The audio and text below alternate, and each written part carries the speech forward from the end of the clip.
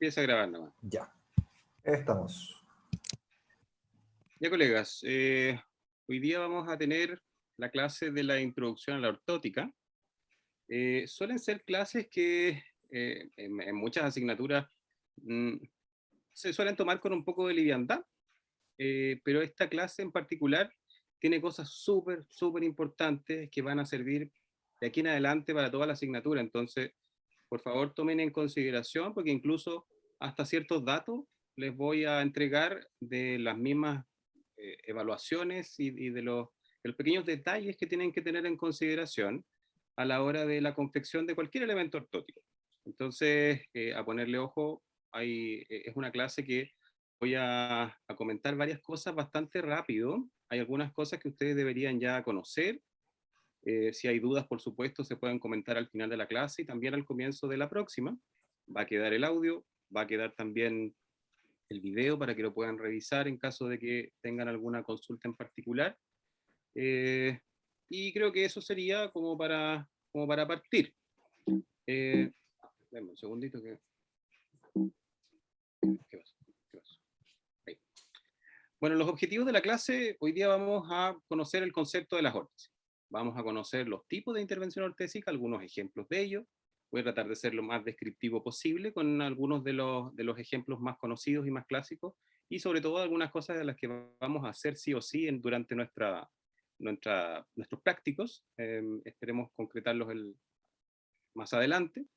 Vamos a conocer ciertos sistemas para denominar órtesis, que son, digamos, algunos ejemplos también, no es nada tan relevante.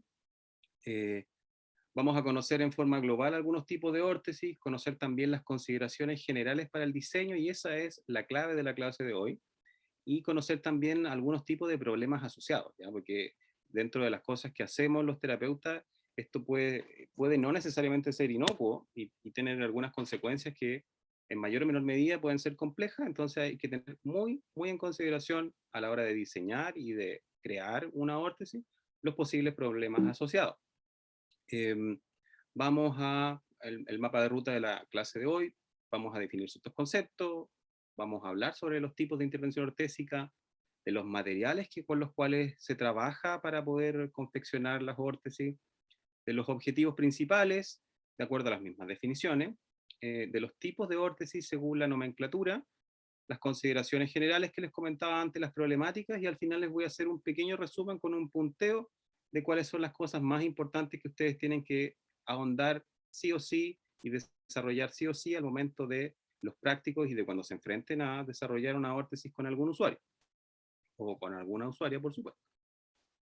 Entonces, desde lo más general, lo obvio es partir por la definición. Ya la definición de órtesis en el fondo viene del griego, como dice acá, perdón, viene del griego ortos, que significa corregir o poner derecho, y se agrega el sis. El sis es siempre relacionado a una acción. Entonces el significado, ¿ya?, es en relación a la acción de corregir. Este origen etimológico, en definitiva, demuestra que la ortótica representa una acción, ¿ya? Y el resultado es una órtesis. Es algo concreto, pero que lo construido es un conjunto de acciones. Ya, de este modo no debemos necesariamente instrumentalizar la órtesis como tal, sino que establecerlo como una estrategia dentro de todo el proceso de diseño y acompañamiento terapéutico. ¿Ya? No siempre es solo un constructo de algo en específico. Se habla muchas veces que la ortótica es la mezcla de la ciencia y del arte. Esto es especialmente cierto, porque desde el lado de las ciencias significa el conocimiento que nosotros debemos tener de ciertas bases anatómicas, biomecánicas, de física, de ciertos conocimientos de patologías. Hay elementos matemáticos, analíticos, que están involucrados y que nos entregan en el fondo gran parte de lo que dice esta pequeña imagen, que en el fondo es solamente una imagen de un cerebro, y que nuestro cerebro izquierdo nos aporta este lado izquierdo, este lado más científico, más matemático. Ahora bien, si sabemos que el resultado de la suma matemática es el mismo para cualquier circunstancia, podemos decir que de alguna forma la ciencia es determinadamente predecible, de acuerdo a lo que conocemos, por supuesto. Sin embargo, a pesar que la ortótica cumple con algunos de estos elementos, eh, los, los resultados no son siempre los mismos. Y eso es donde empieza a incorporarse esta otra mirada, esta mirada más desde el arte. ¿Por qué? Porque en el fondo hay múltiples variables que influyen en el resultado, ¿ya? Porque hay multifactores, desde que ya conocemos en el fondo preguntas básicas que hacemos a la hora de confeccionar órtesis, es en el fondo quién es nuestra usuaria, cuál es su rutina, cuál es su contexto de desempeño, dispongo de los materiales necesarios, dispongo de la infraestructura necesaria para poder confeccionar lo que necesito, mi usuaria comprende las instrucciones que le estoy entregando, quiere usar la órtesis como bien problematizó una de sus compañeras en la clase pasada. Esas preguntas son bien interesantes. Entonces, ¿por qué el arte? Porque en el fondo nosotros debemos practicar, debemos entrenar y debemos en definitiva desarrollar ciertas competencias necesarias para el diseño, para el moldeo. Y muchas veces no solo eso, sino que crear. También tenemos que tener esa capacidad de crear. Aquí no está todo dicho como lo dijimos en alguna forma, si bien eh, tenemos ciertos moldes y ciertas como figuras a seguir, no necesariamente todo está predicho. Entonces muchas veces este crear, siempre dentro de nuestras habilidades singulares, tiene un poderoso componente artístico. Es un acto, digamos, que también tiene desde nuestro otro cerebro, desde nuestro hemisferio derecho, mucho que decir. Por lo tanto, no es más ni uno ni el otro. No es más derecho ni más izquierdo, no es más ciencia ni es más arte, sino que de alguna forma es la conjunción de ambos conceptos y de ahí la riqueza, y les aseguro también, a la hora de tener el práctico, lo entretenido de hacer esto. ¿Ya? Se van a acordar de mí porque es una cosa bien dinámica a pesar de ciertos niveles de dificultad que podemos tener cada uno, ya sea desde el conocimiento de las bases o desde la capacidad manual. Es una asignatura extremadamente entretenida a la hora de hacer y concretar algo. Entonces, de ahí este concepto de ciencia y arte. Eh, Acá se muestra, por ejemplo, se muestran 4 imágenes, voy a describirlas. En el fondo, lo primero es un relato de una traducción de un papiro muy antiguo, de un papiro egipcio, que fue redactado en escritura hierática. Sabrán ustedes que la escritura hierática es como una especie de resumen de la escritura jeroglífica, entonces fue traducido bastante preciso, pero con algunas cosas que todavía no conocemos bien qué es lo que quería decir el autor, eh, que tampoco sabemos quién es, pero que suponemos que es un médico egipcio que era Imhotep, de la parte de las dinastías egipcias. ¿Qué es lo que dice este texto? Lo leo textual.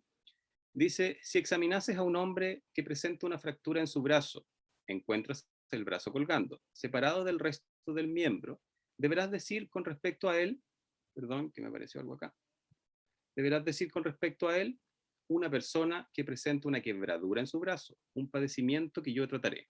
Deberás colocarlo en posición de decúbito supino, con algo interpuesto entre sus dos escápulas. Deberás expandirlas junto con sus hombros, de modo que separe su brazo hasta que la rotura llegue a su sitio. Una reducción de alguna forma. Deberás confeccionarle 2 tablillas de lino y deberás aplicarle una de ellas en el lado interno de su brazo y la otra de ellas por debajo del brazo. Deberás curarlo con, la palabra que todavía no conocemos, y tratarlo en lo sucesivo con miel cada día hasta que se recupere. Esto de alguna forma es como el comienzo de la medicina moderna. Hablaba efectivamente de que con determinados materiales las órtesis aparecieron hace muchísimo tiempo. Acá abajito hay una imagen que representa lo que pasaba en el año aproximadamente 1500 a.C., es una representación, por supuesto, donde se utilizaban tablillas, que es lo que representa la imagen de una persona que está recostada en el piso, con una lesión aparentemente en su fémur derecho, y se le ponen tablillas y compresas con sujeciones y bandas de cuero para el tratamiento de las fracturas. ¿Ya? Estamos hablando del año 1500 a.C. Ya por allá, por el año 1000 después de Cristo, empieza a aparecer eh, imágenes representativas de la época, que es la otra imagen que aparece al costado, que básicamente es un proceso de entablillado con dos tablillas literales, también unidas por bandas que podían ser de cuero o incluso de corteza de árbol. Eh, Eso también aparece ya en el año 1000 después de Cristo, o sea, evolución bastante pobre, pero aún así son las bases de lo que se convertiría la ortótica actual. Eh, en el año 1850 recién aparecen como métodos más modernos de los yesos actuales, y por allá por el año 1900-1910 se generan los primeros descubrimientos de los plásticos sintéticos, ¿ya? Y que al final son los que generan las bases de los termoplásticos modernos, que es la última imagen que aparece abajo, donde aparecen distintas órtesis actuales en distintos colores, porque hoy día hay termoplásticos de muchos colores, incluso algunas hoy día tienen mezclas de cierres, incluso, que se pueden poner en algunas órtesis. Yo nunca he hecho una de esas, pero sé que existen. Eh, y esto como dentro del relato de un resumen de la historia de la ortótica. A nivel conceptual, vamos a definir o recordar, dependiendo cómo vengan sus conocimientos previos al respecto, las diferencias y quizás similitudes de lo que es la ayuda técnica, el concepto de ayuda técnica, el concepto de prótesis y el concepto de órtesis. Yo no sé si es que alguien tiene la seguridad total y absoluta y me pueda definir cuál es cuál, si es que lo revisaron en la asignatura pasada, no lo sé, si no lo podemos aclarar acá. ¿Alguien tiene la claridad de las diferencias?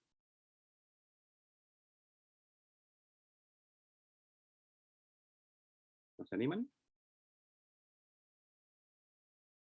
Parece que no.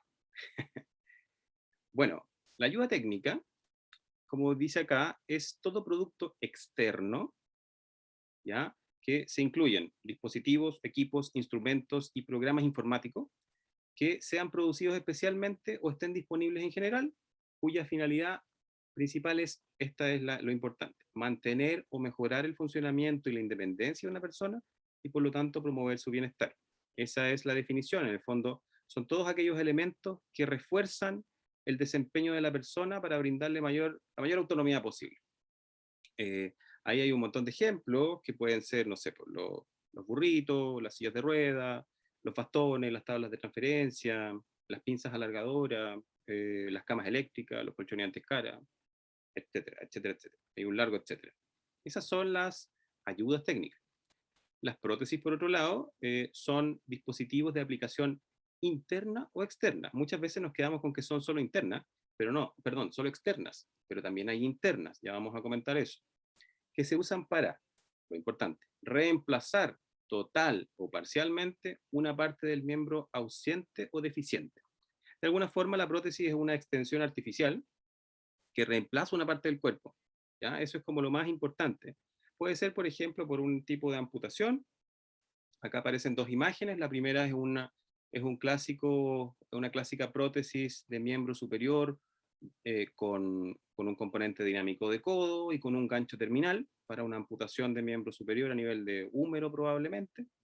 Eh, la siguiente imagen del costado es una prótesis de miembro inferior, una prótesis modular por una probable amputación transfemoral, que tiene también un componente dinámico de rodilla y se muestra con su respectivo componente estético que cubre en el fondo la prótesis modular, incluso hasta con un zapato. ¿Por qué hablamos de internos también? Porque no se olviden de las endoprótesis de cadera, que en el fondo también reemplazan una articulación. Tenemos también las prótesis dentales, tenemos también otro tipo de prótesis que no cumplen necesariamente una función, pero sí bueno, en realidad también es una función, pero es más bien estética. eh, por ejemplo, producto del estallido social actual y de todas las violaciones a derechos humanos que han existido en el último tiempo en Chile, se han provocado una serie de estallidos oculares por la represión policial y que requieren también de prótesis oculares para parte del proceso de rehabilitación. Eso también se consideran dentro del esquema de las prótesis. Y por último, las órtesis, que es lo que en fondo nos lleva a esta clase, son dispositivos externos que se aplican al cuerpo para inmovilizar, corregir o alinear deformidades y asistir o mejorar la función. En el fondo, esas tres son los objetivos principales, siempre considerando que son dispositivos exclusivamente externos, ¿ya? Por lo tanto, breve resumen, la ayuda técnica es un instrumento o programa que está diseñado para facilitar la independencia funcional de las personas. Las prótesis es una extensión artificial que reemplaza alguna parte del cuerpo, y las órtesis sirven de apoyo o de refuerzo para modificar aspectos o estructuras funcionales del cuerpo, ¿ya? Ese es como un pequeño resumen y que no se confundan en el fondo de cuál es cuál. Hablando ahora un poquitito de los materiales, tenemos un sinfín de materiales. Todo esto van a conocerlos ustedes, muchos de ellos en el taller. Jaime me corrige si es que hay alguno que no esté disponible o algún otro que esté disponible. Estos son ejemplos nada más. Lo principal, que acá se muestra una imagen con termoplásticos. ¿Ya? Los termoplásticos que vamos a trabajar son básicamente láminas de distintas medidas, muchas de ellas son de 90 por 60 centímetros o de 60 por 45 centímetros, en distintos colores, en distintos tipos de perforaciones, algunos que son perforados, otros que son microperforados, otros que son lisos. Vamos a trabajar exclusivamente con termoplásticos de baja temperatura, ¿ya? Porque también existen termoplásticos que son de alta temperatura, que se manejan en unos hornos especiales, que se confecciona un negativo para poder hacerla, pero por supuesto no se manipulan de manera como a mano desnuda, porque hablamos de 300 grados hacia arriba, y estas láminas de termoplástico se pueden manejar más o menos a temperaturas termomoldeables de 60 grados, eso como un aproximado. Entonces podemos efectivamente manejarlas solo con las manos y no va a haber ningún inconveniente. Hay algunos de estos termoplásticos que se vuelven incluso transparentes cuando llegan a una temperatura de activación, no todos ellos, algunos sí. Vamos a ir trabajando y conociendo también cuáles son esos materiales.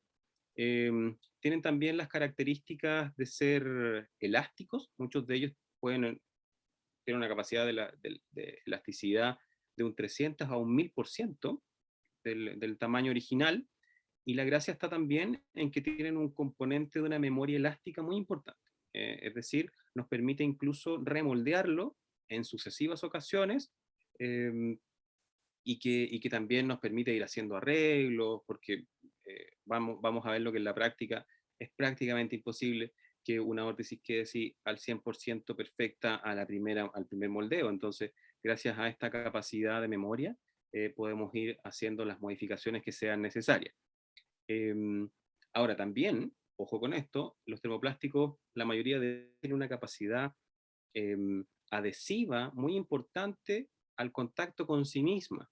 Entonces, ojo con eso, porque por lo general hay que tener mucho cuidado con el manejo, porque básicamente si un plástico ya está caliente y toca otro plástico caliente o a sí mismo, se va a adherir y es prácticamente imposible despegarlo. Entonces, vamos a conocer ya en el taller cuáles son todas estas características bien interesantes de los termoplásticos, ¿ya? Pero este es uno de los elementos principales con los que vamos a trabajar. Los siguientes son los tubulares, que aparece acá una pequeña imagen también. ¿Qué son los tubulares? Una venda de algodón que sirve como de una capa intermedia, por decirlo así, entre el plástico y la piel. ¿Ya? Generalmente se pone sobre la piel del usuario y después se pone el plástico ya terminado y se sella con los velcro. ¿Ya? Estos tubulares ayudan a tolerar de mejor manera el uso, ¿ya? También absorben un poco el sudor, por lo tanto hacen que sea más confortable en lo cotidiano. Y también es un material que probablemente vayamos a utilizar. Aparece un plastazote, que es un plastazote, es un acolchado que viene en unos rollos, es una especie de goma eva, como para que se hagan una idea. En el fondo se va cortando y pueden servir como para mejorar la estética o complementar en el fondo ciertas zonas de moldeo que no están tan perfectas y que eviten posibles puntos de presión o heridas en los usuarios. Y otro de los materiales son los velcro. Bueno, los velcro son un sistema de cierre o sujeción, en el fondo que consiste en dos telas. Yo creo que todos han visto o han conocido, han interactuado con el velcro alguna vez. Son tiras de nylon de distintas superficies que al unirse y ser presionadas, en el fondo se enganchan entre sí. La gracia es que se puede sacar y poner un montón de veces antes de que pierdan la capacidad de ser adhesivas entre sí. Y como la mayoría de las órtesis se pueden o se deben ir retirando, no todas, pero ya vamos a hablar de eso, sirve un montón trabajar con este tipo de materiales, con los velcro. También podemos trabajar con neopreno. ¿Qué es el neopreno? El neopreno es como una tela, por decirlo así, más gruesa, de 5 a 6 milímetros, que es bielástica. Tiene como una capacidad de distenderse en dos direcciones, más en una que en otra, y que en el fondo sirve también para hacer ciertos elementos como un coaptador de hombro, por ejemplo, que no se puede hacer con otras cintas que son más rígidas. Otro tipo de material es el moltopren. Moltopren es básicamente una esponja de alta densidad. La esponja de alta densidad la podemos adquirir como en una especie de colchón, literalmente, un colchón de dos plazas, que sirve para, en el fondo se corta y se pueden ir confeccionando, por ejemplo, algunas cuñas o algunos topes antiequino que pueden servir para las personas que están en una situación de hospital, por ejemplo, hospitalizada. Ese es otro tipo de los materiales posibles. También vamos a trabajar con pletinas de aluminio, eh, que sirven para hacer como los perfiles, en caso de que hagamos los perfiles. eh, eh, Vienen de distintos grosores y anchos. Vamos a trabajar con adhesivos, ¿ya? Uno de los adhesivos más comunes es el Agorex, por ejemplo, que sirve para pegar los velcro o bien para reforzarlos y garantizar que no se vayan a despegar. Hay otras formas de pegar los velcro, pero ya las vamos a ir mencionando más bien en el laboratorio. Vamos a trabajar también con remaches.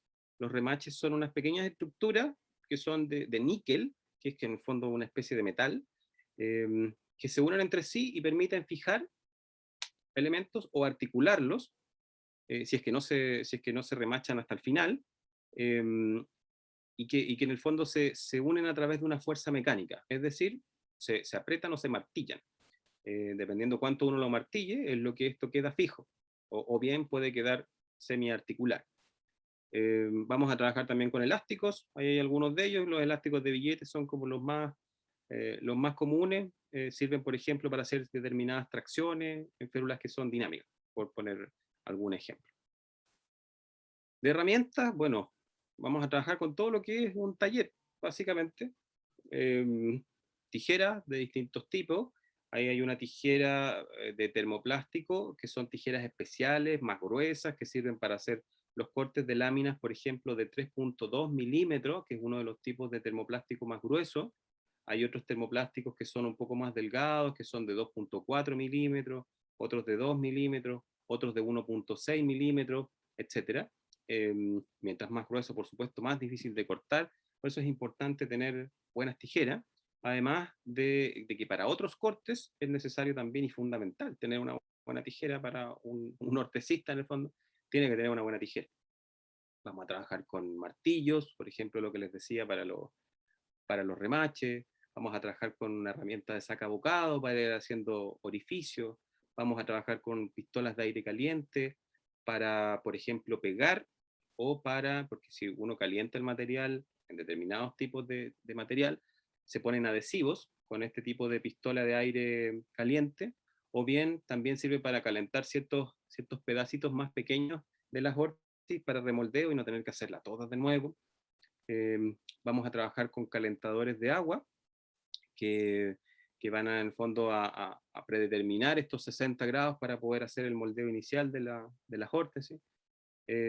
Posiblemente se pueden utilizar máquinas de costura, se pueden utilizar grifas, que son una herramienta, son unos metales que sirven para doblar y angular las láminas de aluminio, entre varias otras. ¿Ya? Estos son algunos ejemplos de lo que podemos encontrarnos en un típico taller de órtesis, que también está en el taller que ustedes tienen en la universidad. Dentro de los objetivos, basándonos como en la definición que les había dado anteriormente, que las órtesis son dispositivos externos que se aplican para inmovilizar, que es uno de los objetivos. Aquí, por ejemplo, se muestran 3 imágenes. La imagen inicial es un COCAP, que es básicamente una inmovilizadora de muñeca, ¿ya? Que va desde el pliegue palmar proximal, más o menos en la mano, hasta la unión del tercio medio y el tercio proximal del antebrazo, todo por palmar, dejando la eminencia tener libre para poder hacer movimientos del pulgar. Eso básicamente lo que hace es inmovilizar la muñeca. Solo la muñeca cumple el objetivo, como dice ahí, de inmovilizar, pero deja los dedos libres, deja el pulgar libre, facilita en el fondo la manipulación independiente de que la muñeca esté bloqueada. También hay otro tipo de órtesis, otro ejemplo, que son las digitales para el mallet finger, que es básicamente una inmovilizadora de la articulación interfalángica distal y de la mantención de esa misma articulación en una leve hiperextensión por lesión del tendón extensor, en este caso del anular. También hay otro ejemplo acá, que es un brace de Sarmiento. El brace de Sarmiento es una férula inmovilizadora para fracturas de huesos largos, que en este caso es una fractura de húmero, fractura en el hueso de largo del brazo. Es una órtesis no articular, ya deja libre la articulación glenumeral y deja libre la articulación del codo, idealmente, y cubre en forma circunferencial todo el brazo, ¿ya? Entonces, los 3 ejemplos sirven para inmovilizar. Eso es uno de los objetivos de las órtesis. El segundo objetivo es corregir o alinear, ¿ya? Por ejemplo, podríamos confeccionar un tipo OTP, que es una órtesis tobillo-pie, correctora de la desviación del tobillo en este caso, que cubre en el fondo toda la planta del pie hasta la unión más o menos del tercio proximal con el tercio medio de la pierna por dorsal. ¿Ya? Esta es una descripción para que vayan haciendo como una idea de cómo vamos a ir refiriéndonos también a todos los términos técnicos descriptivos de las órtesis. Otra férula correctora son las férulas correctoras de la antirráfaga ulnar en personas que tienen artritis reumatoide ya con cierta evolución, cierto tiempo de evolución, y en el fondo lo que hace es corregir la desviación ulnar de las metacarpofalángicas, que es propio de la artritis reumatoide, y que genera en el fondo una tracción que va hacia la posición neutral desde las falanges proximales en cada uno de los dedos largos.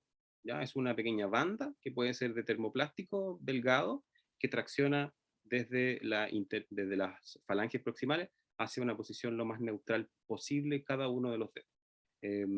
Y ahí tenemos otro ejemplo de lo que es corregir.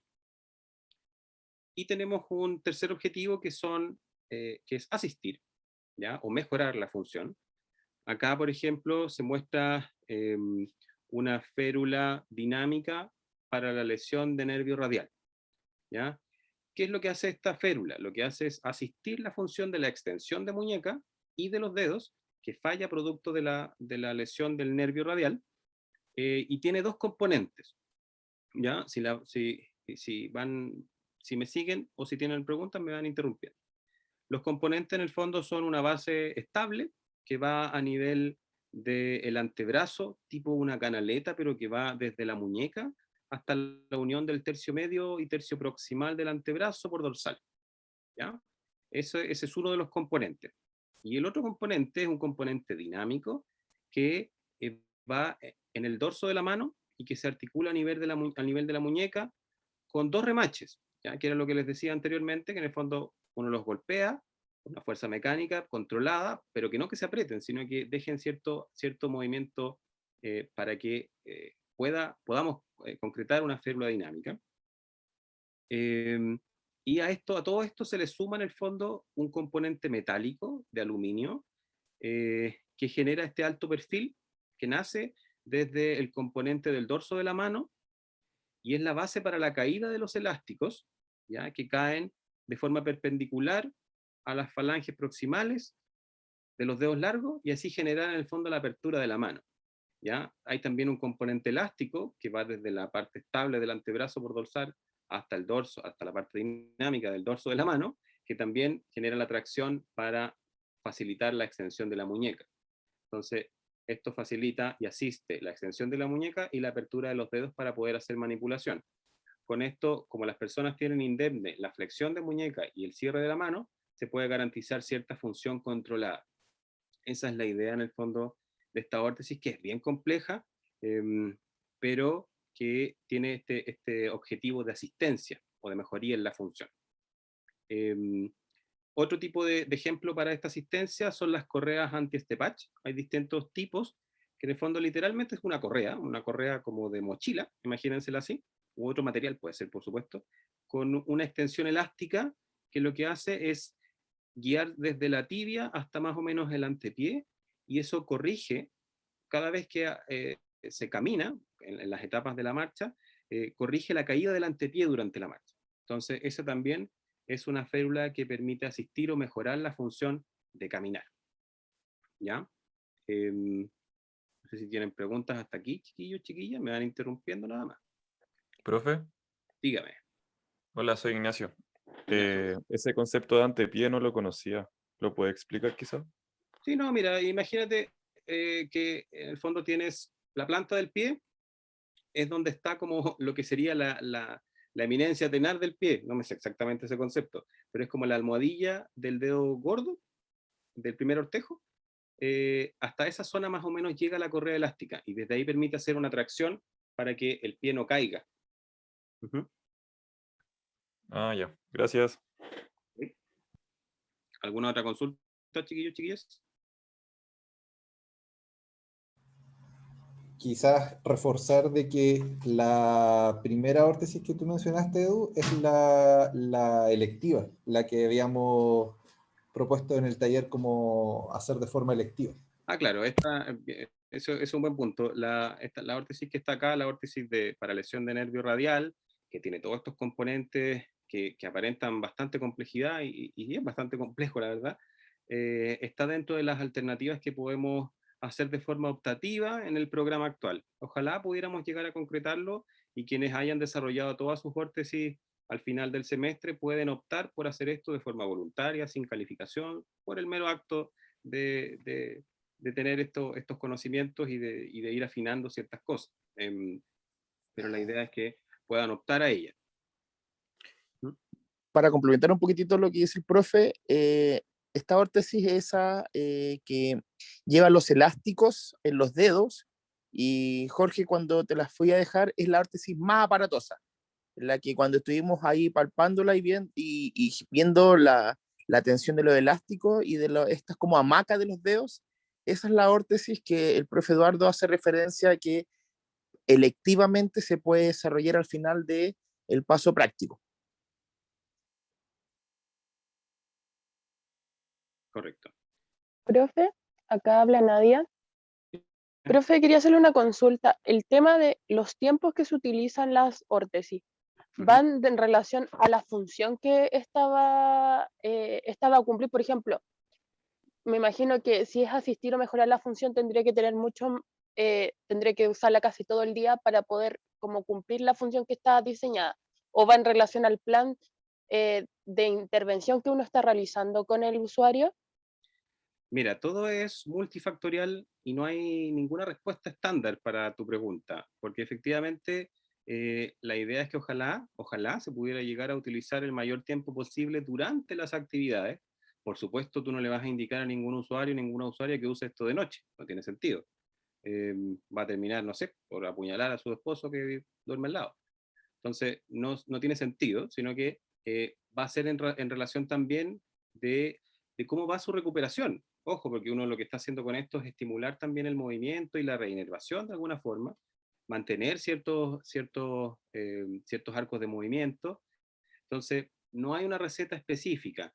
Tú puedes también complementar esta órtesis con órtesis pasivas, con órtesis que puedan ser, por ejemplo, simplemente estabilizadoras de la muñeca, pero en una posición funcional.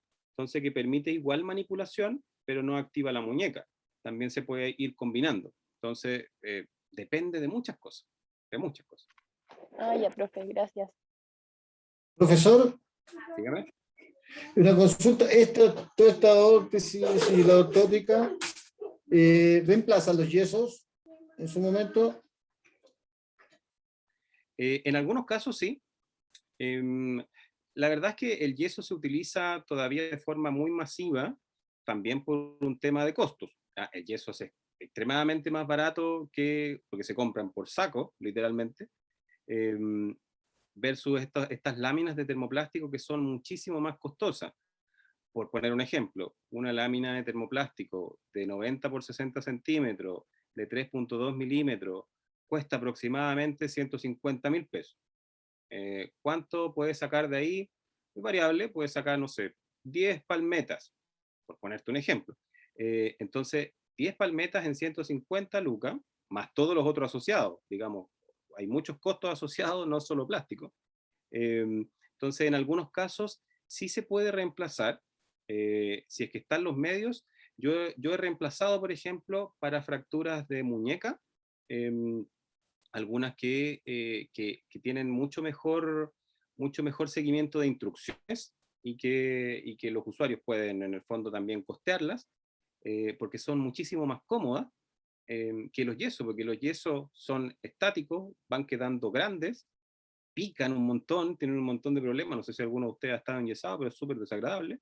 Entonces esto tiene muchos otros componentes que sí pueden reemplazar algunos tipos de fractura donde se utiliza el yeso. Sí, se puede hacer.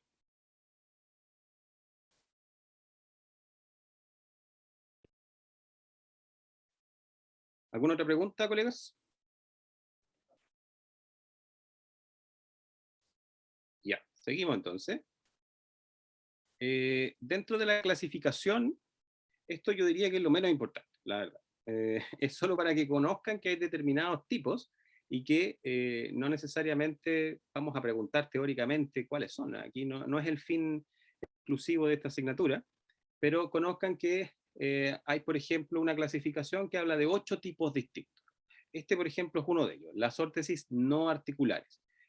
¿Cuáles son? Las que no cruzan ninguna articulación, por lo que no tienen influencia directa sobre la movilidad de estas. ¿Ya? Por ejemplo, se utilizan para estabilizar segmentos generalmente de huesos largos, que requieren un permanente control de TO, porque, por ejemplo, el brace de Sarmiento, que es uno de los que se utiliza, es una órtesis circunferencial que va apretando permanentemente toda la musculatura, los tejidos blandos y el hueso que va por debajo de la fractura del húmero, 24 horas al día, 7 días de la semana, por lo menos 2 meses.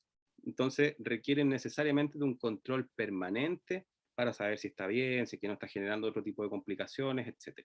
¿Ya? Este es uno de ellos, la no articular. Otras son las estáticas. ¿Ya? Las estáticas son, por ejemplo, las que inmovilizan completamente la articulación. Vamos a confeccionar varias de estas. Son diseñadas para mantener la longitud de los tejidos, por ejemplo, para prevenir contractura, o bien para descansar tejido que está inflamado o lesionado por cualquier razón. Y ahí el COCAP, o inmovilizadora estática de muñeca, es uno de los ejemplos de este tipo de clasificación. El tercer tipo son las férulas estáticas bloqueadoras, ¿ya? Las estáticas bloqueadoras lo que permiten en el fondo es un ROM completo activo en una dirección del arco de movimiento y restringido en la dirección opuesta, ¿ya?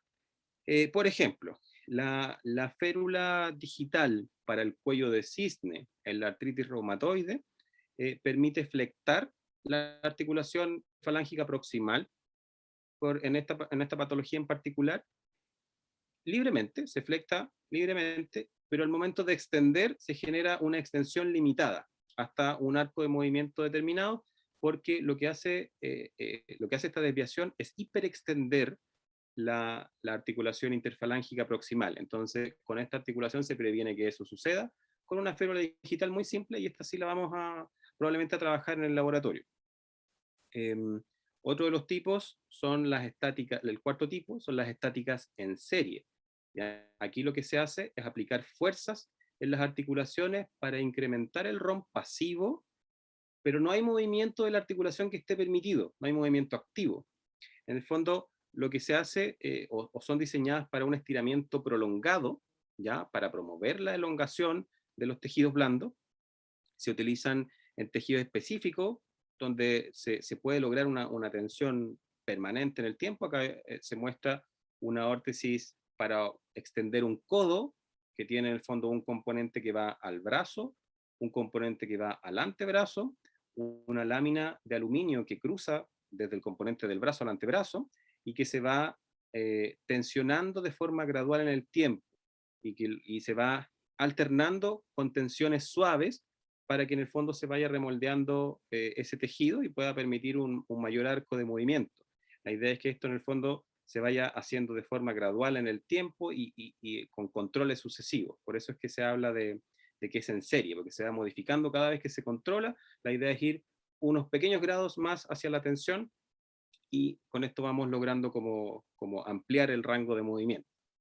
Ese es otro de los tipos. El sexto, no, ya me perdí cuánto.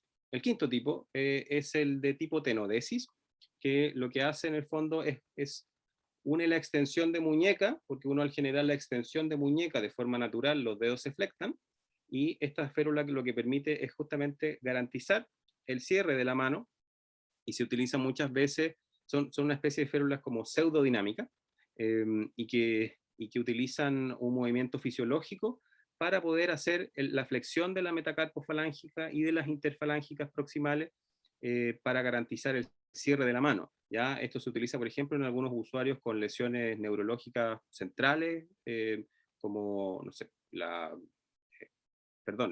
lesiones neurológicas tipo tetraplegias, por ejemplo, es una de las formas que se puede usar un tipo de órtesis como este. Hay otra clasificación, que el sexto tipo son los movimientos pasivos continuos, ¿ya? Y esto, como dice acá, continuamente mueve la articulación en un controlado arco de movimiento pasivo para promover la recuperación y mantener la movilidad de estas. ¿Ya? Se muestra acá lo mismo que ya les describí, que es una correa anti-estepach, pero con una palanca un poco más corta, porque va como al tobillo, no va como a la tibia un poco más arriba, que podría ser un arco también posible. Depende de cuánto sea la caída del antepié y cuánto sea la dificultad de la marcha. Hay distintas alternativas para poder confeccionar este tipo de órtesis. Están la séptima clasificación, que son las férulas dinámicas, donde se aplica una fuerza de tracción pasiva en una dirección, mientras se permite el movimiento activo resistido en la dirección opuesta. Uno de los ejemplos que ya les mencioné son las férulas para lesión de nervio radial, ¿ya? Y que no la voy a describir de nuevo, ya la mencionamos. Y el último tipo de esta clasificación son las férulas de tracción dinámica, que es el octavo tipo. Estas férulas de tracción dinámica lo que hacen es permitir un ROM activo completo mientras se aplica una fuerza de tracción constante en la articulación. ¿Ya? Esta férula es súper extraña, ¿ya? Y es súper poco común que se vea, ¿ya? Que es la llamada órtesis de Schenck. ¿Qué es lo que hace esta órtesis? La órtesis tiene, perdón que tengo aquí un problemita. La órtesis tiene una base estática, ya que va en el antebrazo, tanto por palmar como por dorsal, y tiene un amplio aro metálico que es semicircular, que va desde más o menos la altura del escafoides por palmar, dando la vuelta por sobre los dedos hasta el borde dorsal de la mano, pasando por sobre ellos, por sobre los dedos, y hay un anillo, ese es uno de los componentes, y a la mano hay un anillo que va adosado como a la falange proximal del dedo, y una tracción elástica que se une a ese arco metálico. Es bien extraño lo que le estoy diciendo, pero estos son bien poco comunes de ver. ¿Qué es lo que hace? De alguna forma, cuando se mueve el dedo se mueve en el arco completo de movimiento, y a la misma vez es traccionado, es distendido por esta tracción elástica que va al aro, y esto sirve para distender la articulación en fracturas interfalángicas, generalmente de la interfalángica proximal. Son fracturas súper difíciles de manejar, súper difíciles. En general, todas tienden a la rigidez, y no hay tratamiento posible que genere como un arco normal posterior a una fractura, sobre todo si tiene componentes intraarticulares. Entonces, esta es una de las alternativas, pero es una alternativa, la verdad, súper compleja de lograr porque se requiere de controles radiográficos súper sucesivos, como alto control médico, etcétera. Requiere como muchas condiciones que son complejas en el fondo de tener en algún dispositivo de salud. Se confeccionan en Chile, por supuesto, pero se necesitan tener, como les digo, un aparato de salud como un poco más robusto de lo que habitualmente tenemos en Chile para la población común y silvestre. Profe, ¿cómo se llamaba esa órtesis? La La que última, mencionaste recién. la última se llama órtesis de Schenck. Schenck. Schenck. Ah. Sí. Lo escribí en el Y la de chat arri- y para que se vea cómo se pronuncia y se escribe, Ya, por si sí, acaso. es como y la de arriba, SNK. y la ¿Perdón? dinámica es solo órtesis del nervio radial, ¿así se llama? Sí, ¿O sí. tiene otro como No, diminutivo? no tiene Ay. ningún otro nombre en específico, la verdad. Ya, gracias. Chiquillos, si tienen dudas de esta primera parte, porque vamos a hacer un pequeño alto, para que tomen agüita, qué sé yo. Viene la segunda parte, si tienen preguntas, este es el momento. Si no, hacemos una pausa de unos 5 minutitos y seguimos. ¿Alguna otra pregunta? No, profe. ¿Nada? Ya, perfecto. Hacemos una pausa, colegas, entonces. Súper. No me sé, no alcanzo a ver el tiempo. Son las 5:23, demos 10 minutitos. Ya, 5:33 de vuelta para Súper. con la última parte. Ya, perfecto. Estamos, no hay problema. Pancho, ¿dejaste de grabar esa parte?